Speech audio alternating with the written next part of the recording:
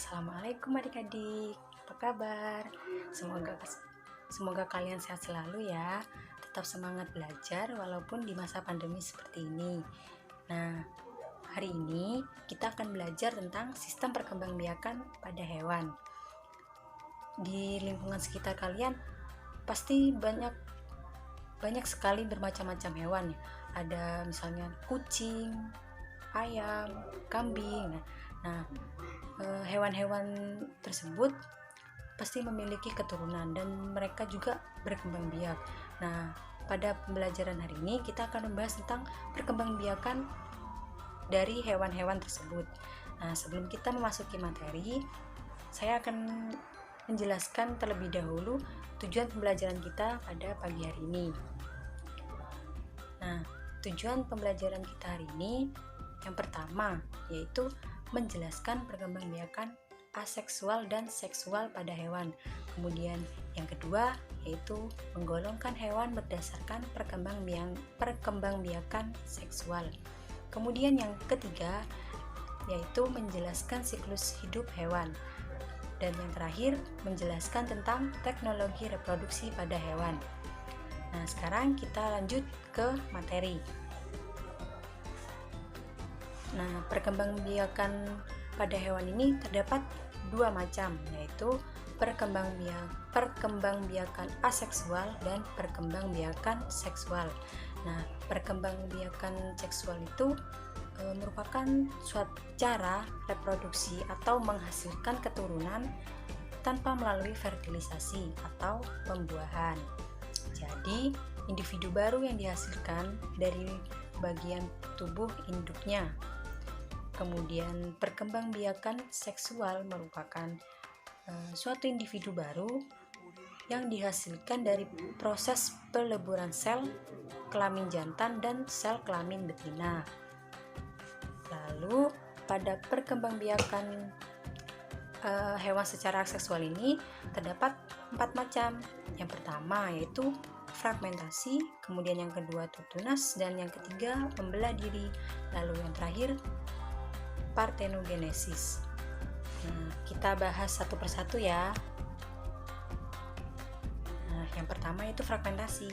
Nah, fragmentasi ini merupakan pematahan atau pemotongan tubuh induk menjadi 2 bagian atau lebih. Nah, selanjutnya setiap potongan tubuh tersebut nanti akan membentuk bagian tubuh lain sehingga membentuk individu baru yang sempurna seperti induknya. Contohnya yaitu adalah cacing pipih seperti gambar ini. Nah, di gambar ini itu ada induk cacing pipih kemudian membelah diri menjadi 3 bagian. Nah, setiap potongan itu akan membentuk individu baru yang persis seperti induknya. Kemudian yang kedua yaitu tunas. Nah, tunas ini merupakan reproduksi aseksual di mana individu baru berasal dari bagian tubuh induk. Jadi, tunas kecil muncul dari tubuh induk kemudian dapat melepaskan diri menjadi individu baru. Nah, contohnya seperti hidra dan ubur-ubur, seperti gambar di situ ya. Nah, di situ gambar hidra, kemudian itu adalah ubur-ubur. Setelah lanjut, yang ketiga yaitu membelah diri.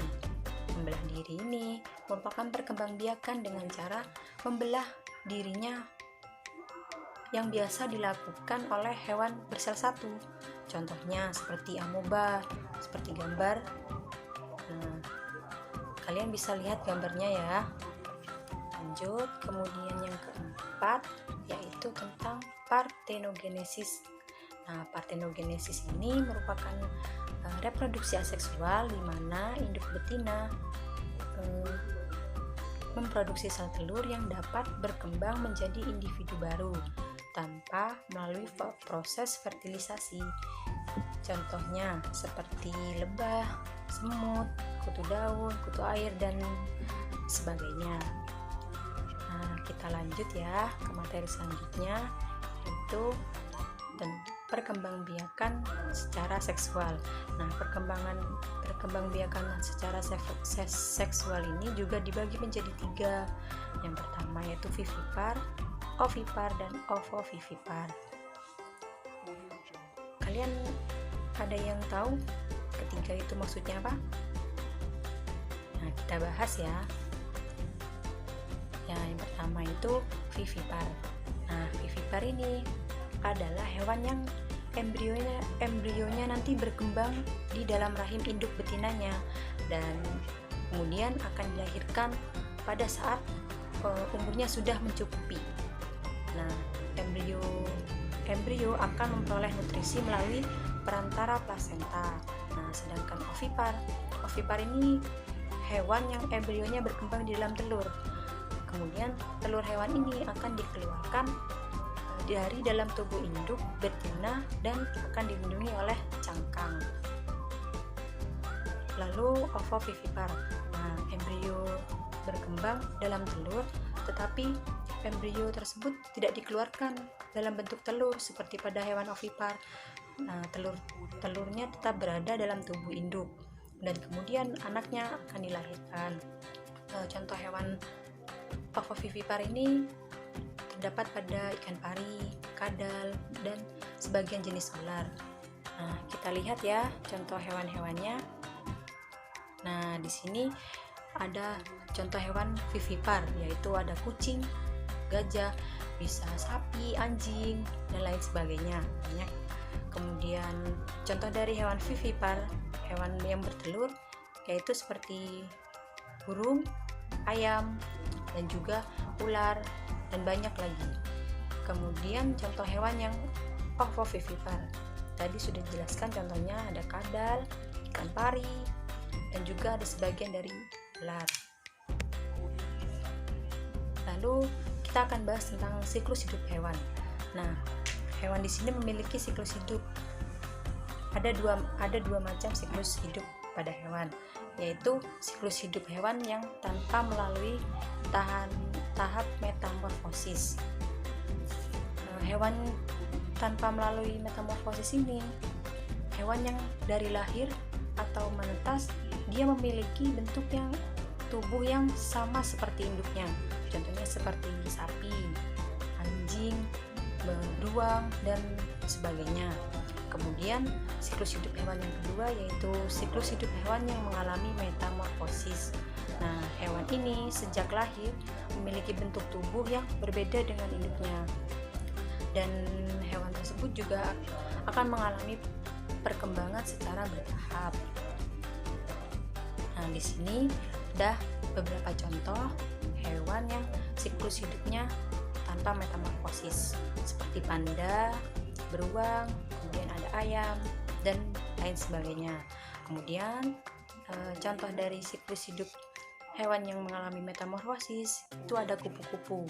Nah, di sana di gambar itu ada dijelaskan ya. Nah, proses perkembangbiakan kupu-kupu dari telur kemudian menjadi larva, menjadi pupa, lalu menjadi kupu-kupu dewasa. Nah, selain kupu-kupu, hewan apa sih yang mengalami metamorfosis?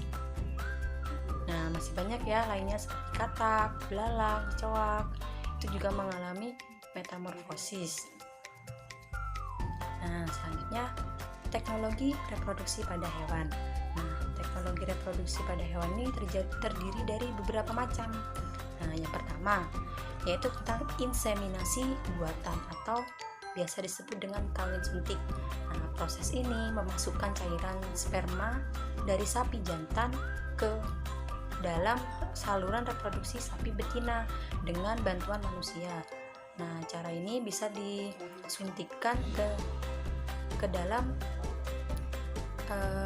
saluran reproduksi saluran reproduksi betina dengan menggunakan alat seperti suntikan.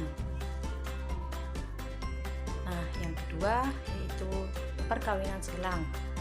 Perkawinan silang ini biasanya perkawinan antara dua hewan yang berlainan varietas dalam satu spesies, biasanya untuk mendapatkan bibit-bibit yang unggul untuk mendapatkan keturunan yang bagus, yang unggul.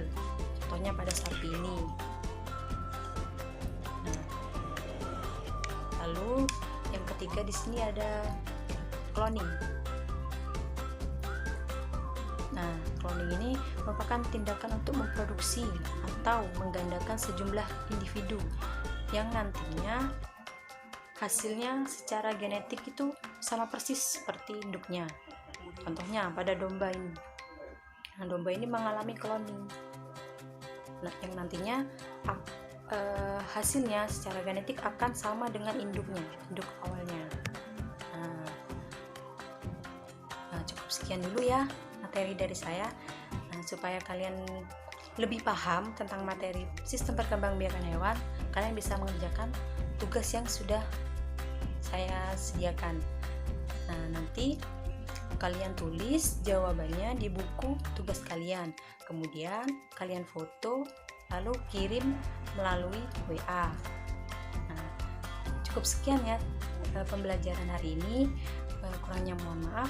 Kita bertemu di video selanjutnya. Assalamualaikum warahmatullahi wabarakatuh.